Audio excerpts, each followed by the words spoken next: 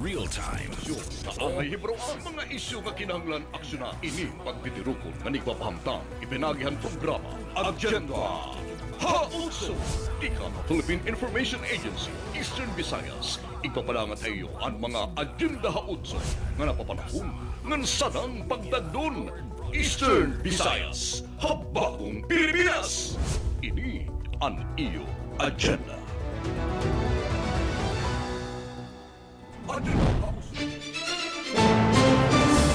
Halinyada han mga balita. Ekonomiya han Eastern Visayas naging mabinungahon ha 2025. San Juanico Bridge nadugangan nahin 15 tonelada ang kapasidad tinikangan Disyembre 12.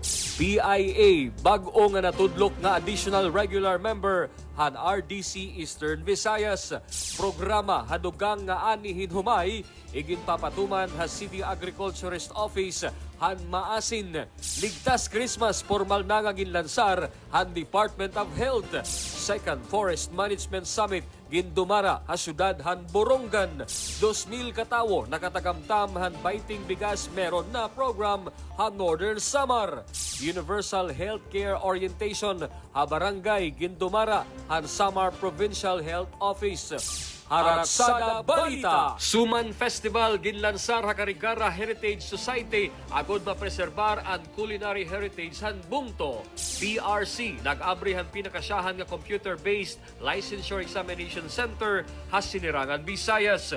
Han News and Information Center 5 kadlaw nga wellness leave para han magtatrabaho ha gobyerno aprobado na han CSC. Pinakadako nga recruitment han mga magturutdo ha 2026 kasado na han PBBM administration. Ay istorya panlawas, mga fun facts, ha pagburod, pag-iistoryahan. Mga detalye han aton mga balita, masunod na! Maupay nga oras makasangkayan ni ang amon ika-47 nga edisyon ng Agenda Haotso. Salamat aniyo padayon na pagtutok hini nga programa. Ako hi Frederick Humeres. Harapit na mahumanan bulan ng Disyembre nga nagtitikara ni liwat ang adlaw ang Kapaskuhan. Unta magpabilin ha aton mga pamilya ang kamurayawan ngan pagigugma hini nga mahinungdanon nga Christmas season. Ako hi Steffi Liborios. Tutok permi hamon kada semana nga edisyon ng Agenda Hotso. Ngan permi niyo makikita na Facebook pages ng Philippine Information Agency Eastern Visayas. Ako hi AJ Espinosa. Ang Agenda Ha-8 in masusundan ang mga istasyon ng Radyo Pilipinas Calbayog, Radyo Pilipinas Sogod, ng Radyo Pilipinas Borongan. Upod pa ha 94.9 Infinite Radio Villaba, DYRK Radyo Calgara, ng Berada Teleradyo, ha IBC 6 Hanpalo. Ini hi Jane Sanyanogay, ini ang iyo. Agenda Ha-8. Agenda Hauso. Ekonomiya ng Eastern Visayas naging mabinungahon ha 2025. Adan report ni Rian Arinto han PI Eastern Visayas. Haluyuhan mga ayat nga ginatubang han Eastern Visayas na balik pagrampag aniya hini ekonomiya pero diri ko dini eksakto nga ginihingita nga kamutangan. Ha report han Department of Economy, Planning and Development igin sumat ni Regional Director Maylene Rosales nga kadak-an han mga probinsya Sinirangan Visayas inada hatama ngan ngani nakakalabaw hangin lalauman nga progreso. Ngan kun pagdukwag at paguhuri mangrawan lakip na dinhi ang katawhan ang kada probinsya in maeda kontribusyon han 555.6 billion pesos nga gross domestic product han rehiyon han tuig 2024. Nangunguna dinhi ang probinsya han Leyte din haros katunga han kanan rehiyon kabugusan nga output nagtitikang ngan panguna han mga nakabulig pagdukwag amon sektor han industries, energy ngan infrastructure. Iniingin sundan han Samar, Tacloban City, Southern Leyte ngan Northern Samar. Bisan kun himubuan amot han Eastern Samar ngan Biliran ing kukonsidera gihapon ini nga dako nga kontribusyon han kabugusan nga resulta para han rehiyon. The region's industry sector continues to face instability. Of the 23.6 billion in industry output, Leyte contributed a commanding 66.6%, driven by P-Infra, but weighed down by weaker gains in manufacturing and mining. Samar and Southern Leyte followed with 7.6% and 7.5% respectively, showing potential that is nurturing. Eastern Samar at 5.7% and Northern Samar at 4.4% remain in the margins. Para han masunod nga tulo ka tuig, ipinaagihan Regional Development Council ginihingita nga magkakamayada connectivity ngan reliability hagod umunhan pan ekonomiya han Eastern Visayas. Iginduduso ang pagpaurupay han sea, air routes, port, airport upgrades, lakip na ang mga kalsada ngan mga tulay nga nagsusumpay han mga probinsya. Sumalahan opisyal kung iniin matutuman, waray rason nga diri maunhan ang progreso han Eastern Visayas. Tikang ha PIA Eastern Visayas, Rayan Arinto, inianiyo agenda ha 8. Mahumanan haros 7 ka bulan nga restrictions San Juanico Bridge nadugangan na 15 tonelada ang kapasidad tinikangan na December 12, 2025. Mga commuter buses makakaagi na. Ada report ni Alit Reyes, han PIA Leyte. Formal na nga matikang yan ang adlawang Bernes ang mas pinataas nga load capacity nga 15 tonelada ang San Juanico Bridge matapos mag-ipuner ang Department of Public Works and Highways sin load restriction didahan bulan ng Hunyo. Ginlalauman ang presensya mismo ni Presidente Ferdinand R. Marcos Jr. hini nga formal nga pag-abre upod ang pag-inspeksyon han shoring nga gidumara DPWH haylaro man tulay agud nga madugangan ang kadig-on hini. Mainuduman nga gin-impuneran hin load limit nga 3 tons ang San Juanico Bridge matapos may sabutan nga damo ang gubahan mga importante nga parte tulay nga nakakaghatag hin kadilikaduhan ha mga sarakyan nga matabok dinhi. Darahini dako ang naging epekto sa ekonomiya nga transportasyon han rehiyon han mag-imponer hini nga mga restriction nga nakagduso mismo han presidente nga magmando hin madagmit nga paghingayad ang San Juanico Bridge agud diri duro nga diri maiha nga mga perwisyo aton mga nagamit han tulay. Napapasalamat ako to the men and women that worked very hard to make sure na maayos yung tulay, to our director ng DPWH as well as Secretary Vince and the President for making this really a priority. Mas malaking tulong ito sa ekonomiya, hindi lang ng Tacloban City, hindi lang Eastern Visayas, pero lahat hanggang Mindanao, hanggang Luzon. Kasi ito talagang main thoroughfare na dinadaanan. Naisabutante nga DPWH nga suro kad pundo paghingayad ang tulay intikang han emergency fund han National Disaster Risk Reduction and Management Council matapos nga magpatuman hin state of calamity hariyon maabot 7 na ka bulan ang nakakalabay. Sumala ka DPWH Regional Director Edgar Tabacon nga kadugangan nga rehabilitasyon in pagbubuhaton nga dahan tulay ha masunod nga tuig ha panuyo nga mahibalik han iya original nga kapasidad nga 33 tons. Usa sa Juanico Bridge ang pinaka-importante nga pasilidad ng nasod nga nagsusumpay han Maharlika Highway tikang Luzon ngadto ha Mindanao. Tika nga Philippine Information Agency Leyte, Alit Reyes, inian EU Agenda ha 8. PIA bag-o nga natudlok nga additional regular member han RDC Eastern Visayas. Adi ang detalye kan Jasmine K. Agosto han PIA Leyte. Opisyal na nga ginaprubahan ang Philippine Information Agency como bag-o nga regular member han Regional Development Council han Sinarangan Visayas nga ginlalauman nga magpapakusog pa han pagpapasamwa kin impormasyon kaparte han matinaw nga serbisyo publiko han gobyerno. Durante han ikaupat nga quarterly meeting han RDC, formal nga gintudlok ang PIA, kaupod gihapon ang Philippine Statistics Authority, Presidential Management Staff, ngan Philippine National Police sa pangunguna ni late Governor Carlos Jericho Petilla nga bag-o gihapon nga natudlok como chairperson han nasabi nga konseho. Ang panawagan para hin kadugangan nga mga miyembro hini in nakauyon han Presidential Executive Order No. 82 nga nakabase ha pagpapadugkuag han ekonomiya han rehiyon. Sumalakan PIA Regional Head Rayan Arinto, komitido ang ahensya ha pagsuportahan mga advokasyahan konseho para hin inklusibo nga pagpauswag. In pwede na ang PIA nga umapi ha mga pagpaplano hin mga aktibidad o inisyatibo, mga kasabutan hin serbisyo ngan palisiya, kaupod ang mga magkadurdilain nga ahensya han gobyerno ngan mga tinaglawas sa pribado nga sektor. Tika nga Philippine Information Agency Leyte, Jasmine K. Agosto, ini ang iyo agenda ha 8. Programa hadugang nga anihin humay iginpapatuman han City Agriculturist Office han Maasin City para mas mapalambo ang agrikultura han lugar. Aden report kan Bong Pedalino han PIA Southern Leyte. Ang pagtuon sa mayong pagtubo sa binhi sa humay nga gihimo sa Barangay Tawid, Dakbayan sa Maasin, ipatuman pa unya ngadto sa uban pang mga barangay nga dunay mga kabasakan. Sa interview kaniya sa PIA, si City Agriculturist Julius Monghim ingon, maayo ang dagan sa study site sa Skill Up Rice Production Program sa Barangay Tawid nga unang gisubdan sa maging tuig 2024 din miabot og 8.6 metric tons ang abot sa usa ka hektarya. Muna gipaningkamutan nga jud sa siyudad sa Maasin ubos sa liderato no ni Miulos Mercado nga kini sidyang programaha ma-replicate pa no, not only diha sa Barangay Libho but i-replicate pa pud ni siya nato ngadto sa mga rice producing barangays sa maaning Manhilo, Labuon, no? Labuon, Bugo, kay kini sila mga dagko mga siya mga rice area sa mo nay paningkamot nato no. Hopefully, kung mapadayon na siya ng programa, ngadto-ngadto, no? Mahimo na yun pa siguro na mahimong sufficient ng atong supply sa atong bugas diri sa ato. Sa miyag ni semana, gihimo ang pagpang-apod-apod sa mga rice seeds nga moabot og 600 ka bags, ingon man sa 300 ka sakong abono, ngadto sa 400 ka mga rehistrado mag-uuma sa humay ning Dakbayan.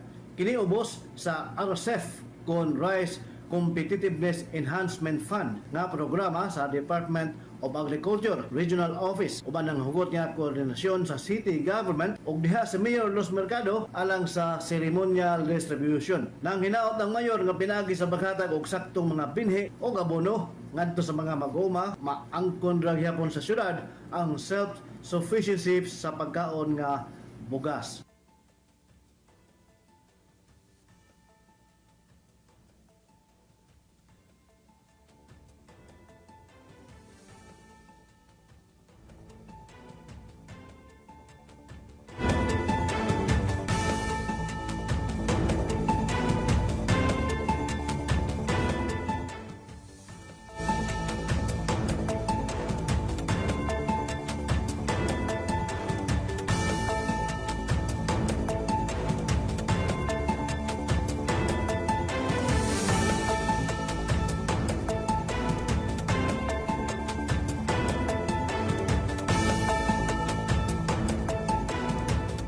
Gikan sa PIA Southern Leyte, mong pinalino alang sa Agenda Ha-8.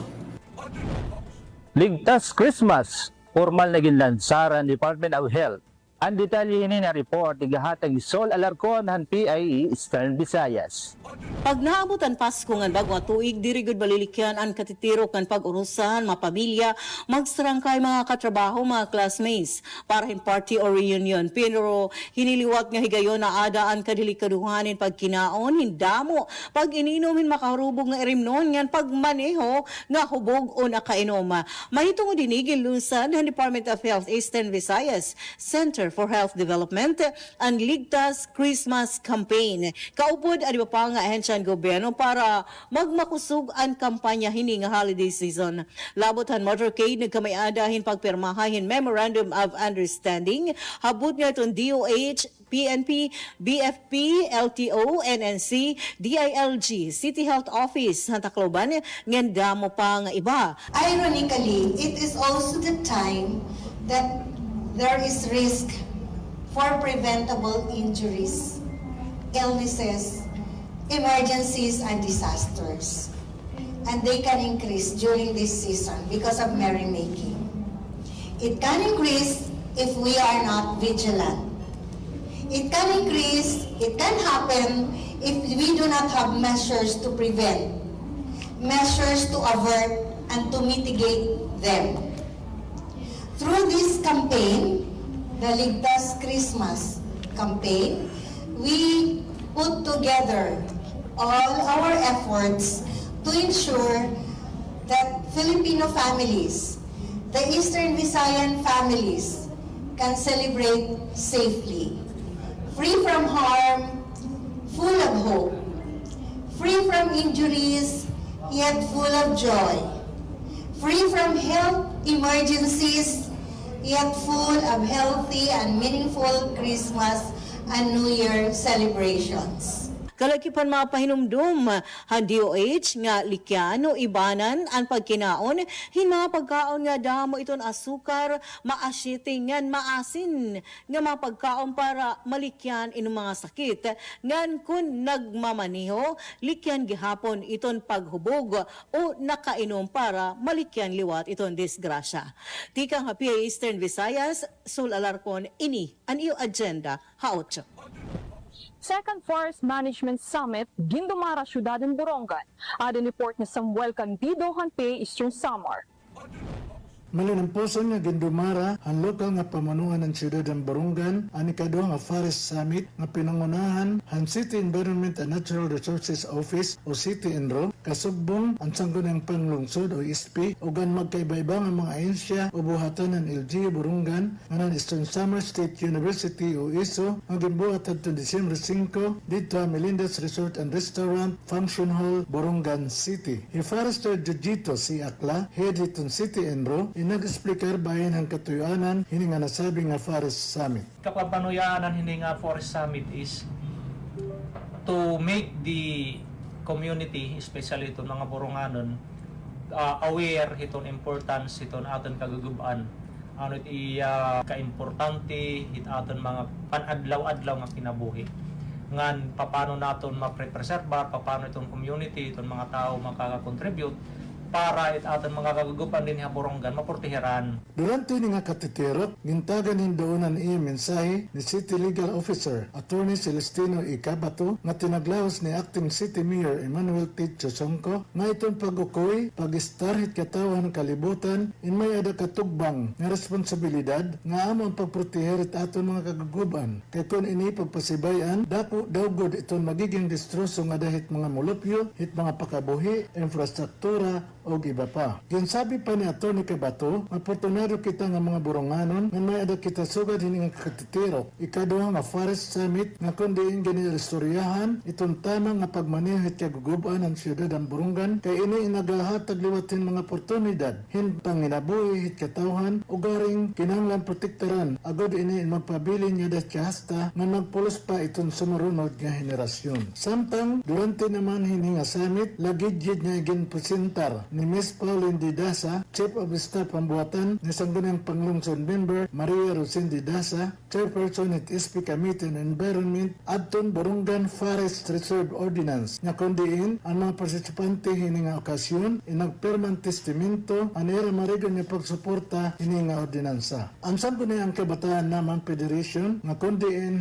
may pangdan SK Chairman Dexter G. Aquino, ang nagrepresentar kan SK President General L. Aduna, iginlagay ang topiko nga the youth and environment empowering the next generation for a sustainable future. Igin pamtang liwat ang topiko nga community and environment ang kundi gintalakay adton may kalabutan ni Sustainable Forest Land Use Management Agreement o Community-Based Forest Management Agreement ang Sendro Borongan, Pinahagian Development Management Officer Forester Erwin Villacarrillo. Tinambong ini nga Second Forest Summit adton mga opisyalis ang Upland Barangays, ang siyudad ng Borongan, ang mga civil society organizations, sugad ang Borongan Awareness on Nature and Outdoor Group o BANOG, San Gabriel Farmer Agrarian Reform Beneficiaries o ang Barangay Siya Agrarian Reform Beneficiaries Association. Para ang Agenda 8, Samuel Candido, PIA Eastern Samar. 2,000 katao nakatagamtam han benting bigas meron na program ha Northern Samar. Ada ang detalye kan Aileen Diaz sa PIA Northern Samar. 2,000 katawo nakatagamtam san benting bigas meron na nga programa san gobyerno. Nagin manilampuson ang launching sa benting bigas meron na nga programa ni Presidente Ferdinand Bongbong Marcos Jr. naginhimo sa Capitol Gym, Barangay Dalakit, Katarman, Northern Samar san Lunes nga adlaw Disyembre 8 kundiin 2,000 nga mga residente ang nakatagamtam. Ang programa ginadara sa Norte San Samar para maibsan or maibanan ang bugat sa pamalit san premier nga panginahanglan sa mga kablas ngan minimum wage earners. Ginhimo ang pamalit sinsayok adlaw kundiin 400 kasako nga bugas ang ginbaligya ngadto sa magkadurilain individual mapabatan-on parag-uma seniors ngan kada pamilya nakapalit tubtob na 10 ka kilo ngan ini ang tutuuhan nga maagang pamasko sa presidente. Nagpaabot naman sa niya mensahe si Governor Harris Christopher Ongsuan na nasugad nga ini ensayo sa ginsaad ni PBBM sa iya kampanya sa nag-aging eleksyon nga ini natuman na nga naging posible tungod sa pagkasarayo sa mga opisyal sa gobyerno. Ang nasabi nga programa ay ginpangunahan ni Governor Harris Ongsuan kaupod ang mga opisyal sa iba-ibang ahensya. Presente nga nakadto si Regional Director Rodel Macapaña sa Department of Agriculture 8, DA8 Agribusiness and Marketing Assistance Division Chief Francis Rosaroso ngan representante sa NFA ngan iba pa. Sayo sa mga nakabalyo si Nelson Di Makiling, 42 anyos, residente sa Katarman, nga nasugad nga kunta padayon ini nga programa nga ipadapat san katawhan. Mao kay siya kay medyo nakaburo-barato kami. Nakabulik sa imbes nga mapalit kami sin 50-50 no. Wari na lang kami kay nakatipid kami. Kunta padayon kunta ini punta diri lang kaya na lang adlaw punta sunod ko ang mga adlaw yung pakunta kami mga palit natin 50 kilos out na 20 ang size. Ini nga programa nakabulig san mga digtoy an kita ngan dako an bulig san panginahanglan san tawo. Sugad naman ni Maricel Ergo 47 anyos nga taga Dalakit. Okay kanina siya katatawa na ating kambiri mong gulit ka taas ba kaya imagine na bigay na sa merkado o para sinitiyan na so ang rin na itagan din sabi pa oportunidad ba. Natapos ang programa nga ang tanan nga nakadto nga nagpila nakadara sin barato nga 10 kilos nga bugas nga tig 20 pesos an kilo. Kikang sa Philippine Information Agency, probinsya sa Norte San Samar, ini sa Aileen Alazon Diaz para sa Agenda Ha-8. Universal Health Care Orientation na Barangay ang Gindumara Samar Provincial Health Office. Adan report ni Angel Ibrias, Work Immersion Student and PA Samar. Nagdumaran Provincial Department of Health Office supod ang mga partner agencies sa Samar Universal Healthcare Orientation para local chief executives, council members sa barangay, and iba pa nga health stakeholders si Disyembre 9, 2025 sa Samar Convention Center. Panuyo ang aktibidad nga ipasabot ang kabug-usan nga health programs nga nagklaro ang papelahan barangay hapaghatag hinpatas aksasabo ang kalidad nga serbisyo panlawas. Sigon kan Santiago Gloria Jr. Development Management Officer 4 PDOHO, nagpapakita ang presensyahan mga partisipante ang dedikasyon ng kaupayan para mapasayon ang pag-abot ang health services nga mismo ha barangay. Dugang pa ni Gloria padayon niya ginpapatumanan puro kalusugan kundi kinahanglan makabisita ang midwife nga nurse kada semana ira gindesignar nga barangay. Ginpay baro liwat niya nga target han probinsya ang Samar nga maabot nga 50% ang barangay nga may upod han programa pag-abot han 2026. Ginsaysay naman ni Officer in Charge ng Samar Provincial Health Officer Marilyn Empati nga importante ang barangay level UHC tungod kay dito nagsisimula ang serbisyo. We would like to orient them on universal health care. Alam namin na they have a big role in the implementation of universal health care. Nagpasalamat naman ang barangay officials sa oportunidad. Punong Barangay Maria Lucia Mabubay and Rawes sa Norhe nagsiring nga dakon bulig ang orientasyon na barangay health workers and barangay nutrition scholars. Anira ni baruan inday naman magagamit pagbalik ha barangay. So, nagpapasalamat po ako sa nagtayo pong sa programa pong ito kasi po may kakulangan din po kasi sa aming barangay. Tika, happy is summer. Angel, si Ibias. Ini ang iyo Agenda Ha-8. Haaton Ratsyada Balita Yana, Suman Festival ginlansar han Carigara Heritage Society agod mapreserba ang culinary heritage han bungto.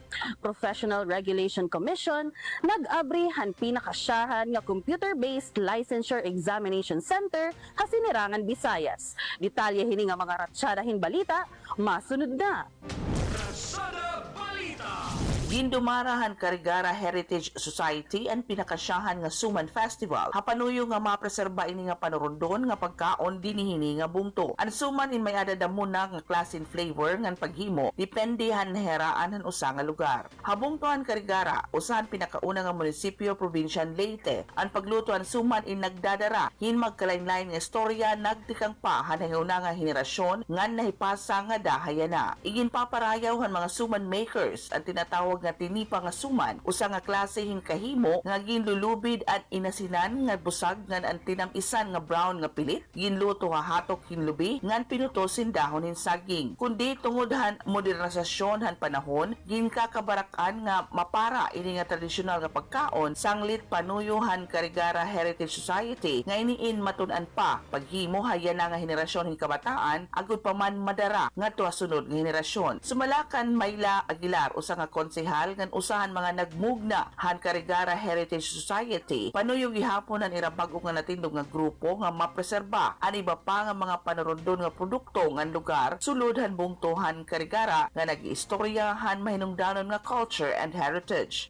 And envision ko mga sano nga panahon malagas man ako ito makakita nito natin mga kabataan na we used to be the capital town of Leyte kasi ang suman damo na kasi nagsusuman din na bukas niya Mr. Visayas. So kailangan namon mabalik ang nga hindi niya Carigara maupay ko na namon suman yung baga nawawara na nahingan so gusto naman mag-create pa suman para naman kay Mary Andaang ang pagdumaran Suman Festival in katikangan nga pitan hapaghatag hin importansya ha mga nahiuna upudan mga istorya nga leksyon nga duro tini nga tradisyon ngan panurundon han bungto.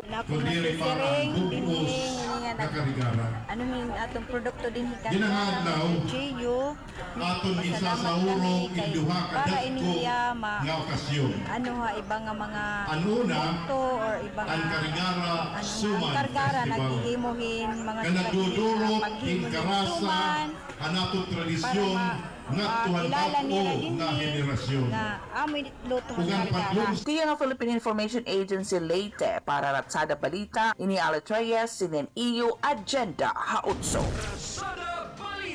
Human na nga ginabrihan ng Professional Regulation Commission na Eastern Visayas ansyahan nga pinakabago nga computer-based licensure examination center han rehiyon. Matapos ang pinakabulan nga pagplano, naabrihan na gihapon ang examination center nga mas magpapagaan han pagkuha in licensure exam para hadton iba-ibang ang profesional gawas ng sulod han rehiyon. Mahimutang nga ground floor han Gaisano Capital, ha syudad han Tacloban. Ang CBLE han PRC ang ginihingita makakabulig nga mas maging epesyente ng dekalidad ang pagdumara in examinations. Ilarum han digitalization plan han PRC.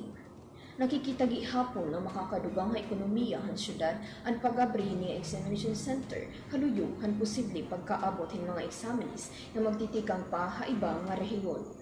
Plano han PRC nga magtukod pa hin sugad nga pasilidad ha iba nga rehiyon agud makompleto ang may ada computer-based examination centers ang natanan nga rehiyon han nasod. You know, in behalf of the Commission, I wish to express my gratitude and appreciation for a productive partnership between PRC and, of course, Gaisano Capital Rural for the successful establishment of the computer-based licensure testing center here in Tacloban City, the first in Region 8. Alam ko tayo dyan.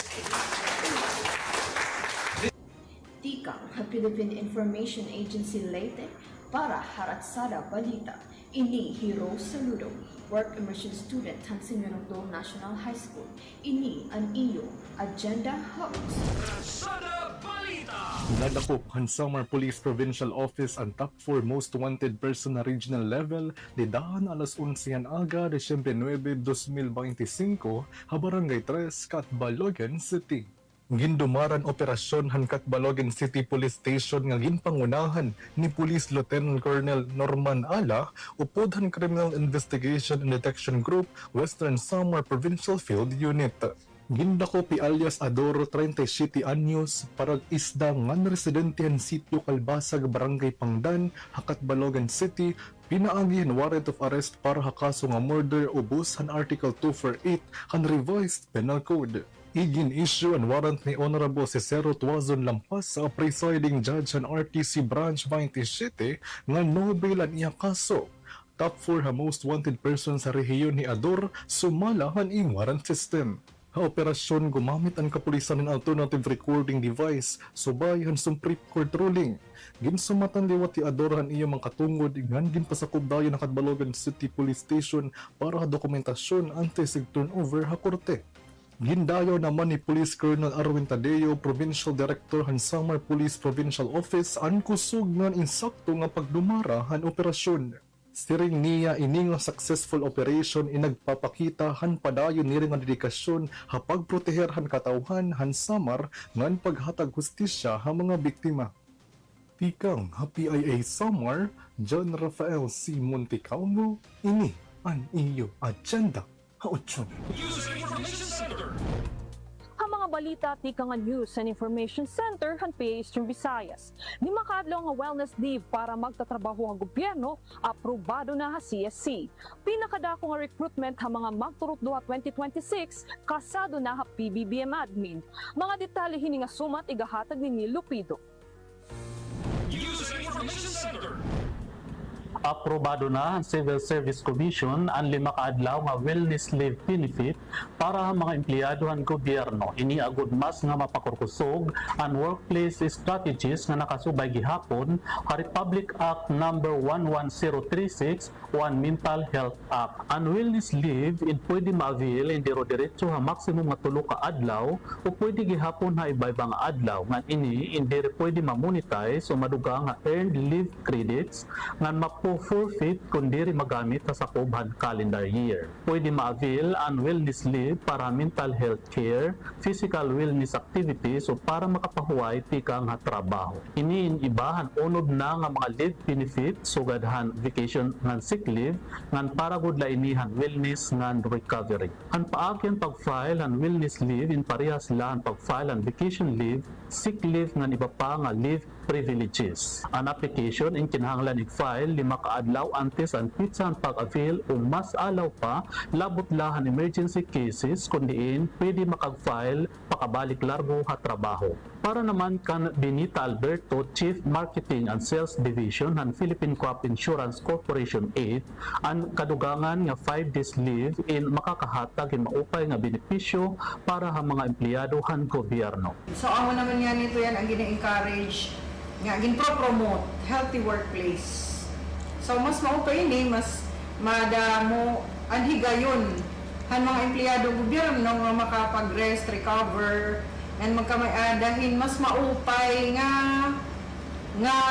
pagtrabaho kay makakamay-ada man niyahin time pag-contemplate. Ini nga palisiya ay magiging epektibo paghagos in 15 kaadlaw human may mantala ang newspaper.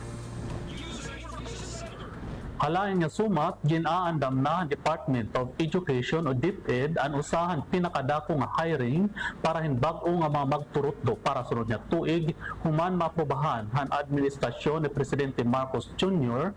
ang budget para sobra 30,000 nga bag-o nga classroom teachers. National Expenditure Program lakip ang haros 33,000 nga bag-o nga teacher 1 items usahan pinakadako nga tinuig nga dugang ha plantilya han DepEd. Suportado ni Secretary Sani Angara ang mas agresibo nga pagdugang in teachers kumubaton han mando ni Presidente Ferdinand R. Marcos Jr.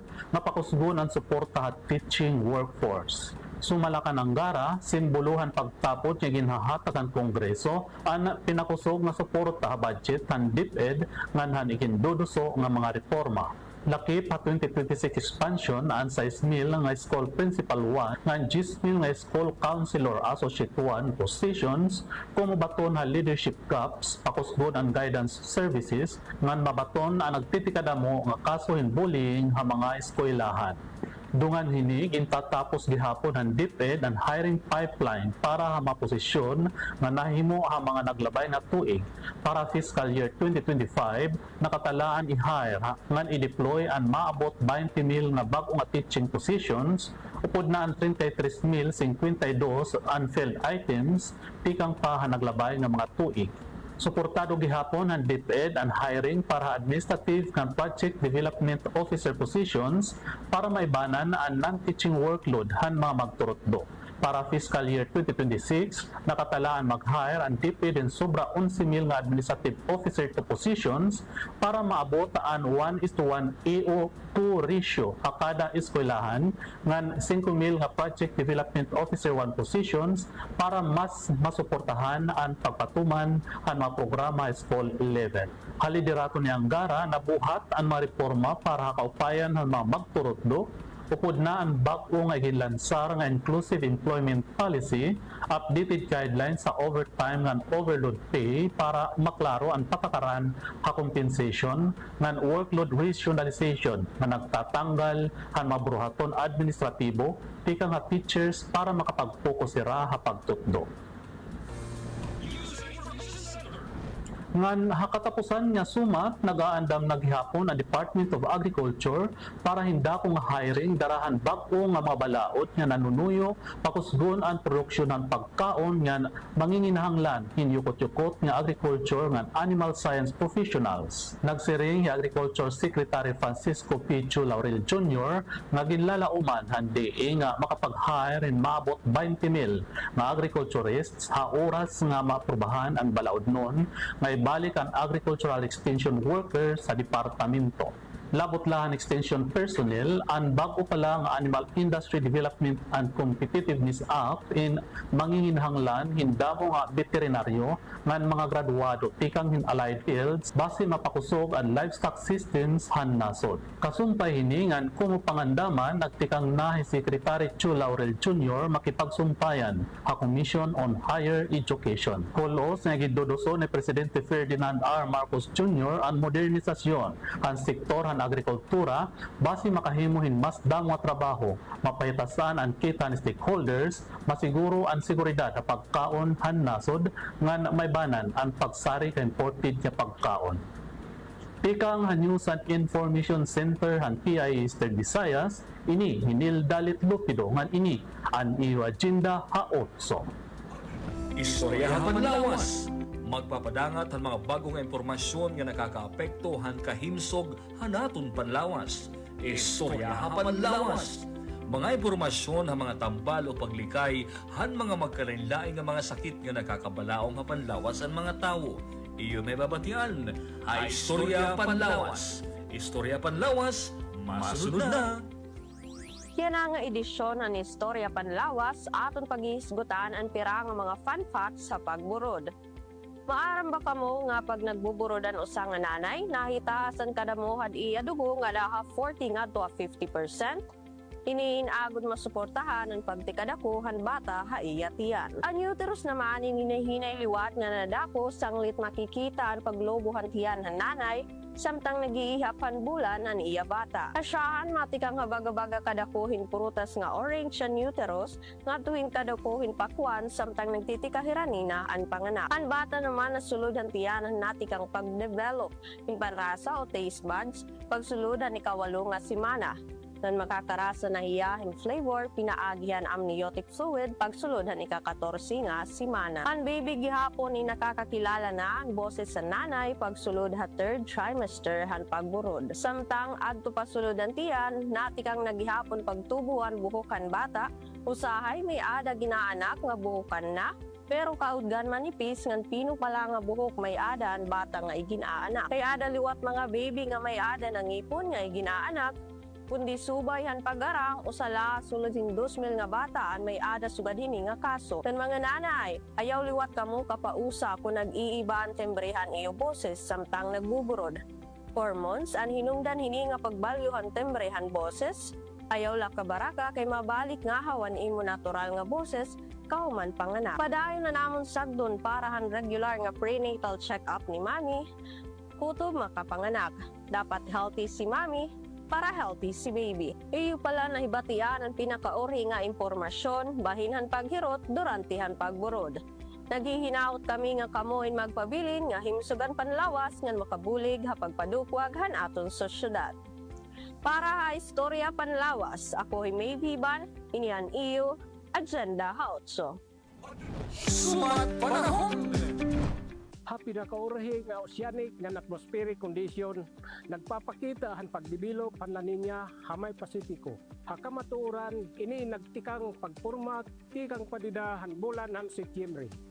Kundi linmuya pag-abot dida han bulan han Nobyembre. Ang mahinay nga kondisyon han La Nina ina-exister kung may ada maabot usa ka bulan nga 0.5 degrees Celsius nga sea surface temperature anomaly o SSTA. Subay ang mga climate models ini nga kondisyon han La Nina magpapabilin pa kutob Pebrero 2026. Darahin ni nga kondisyon ang mga pag-uuran nga nahadako nga posibilidad ang pagporma in mga low pressure area nga nagiging bagyo katapos-tapusan. Sanglit ang sagdon, amo ang pirming nga paghirot, nga paginalerto, bisan hamayohan karisyuhan, yan nga kapaskuhan. Tika nga Weather Bureau at Philippine Information Agency Eastern Visayas, ini si Robin Mignano, ini ang iyo agenda, Hautso. Editorial! Kada tuig, an 18-day campaign to end violence against women in mabakod nga pahinumdom nga ang pag-abuso han mga kababainan indiri la personal nga problema kundi pan komunidad nga krisis na kinahanglanhin o rusa nga paggios. Yan nga tuig 2025 haloyohan pag-undong han balaod edukasyon nga advokasya padayon nga naghinitaas ang mga kaso hin panabuso mapisikal man o emosyonal nga klase kutob ba online harassment nga digital exploitation.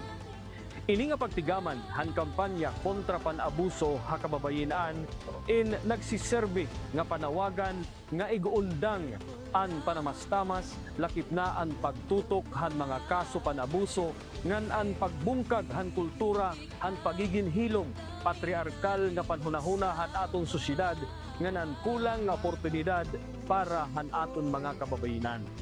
Mahugot nga trabahoon han gobyerno ang pagpatuman han mga balaod sugad han Anti-Bawsi Act, Safe Spaces Act, nga nan Anti-Trafficking in Persons Act. Pero sadang ba ini nga mga balaod kun kulang ang pagpaid ngan aksyon ang aton mga institusyon. Kinahanglan ipadayon ang paggahinhin pondo ang mga women's desk, kalwas nga mga pasilidad para han mga survivors sin mga panabuso ngan ang malaksi nga proseso ha hustisya. Pwede initikangan ha mga barangay kung diin pwede butangan hin mga buhatan na tinuod mabulig han kahimtang han mga ginpanamastamasan nga mga kababayenan.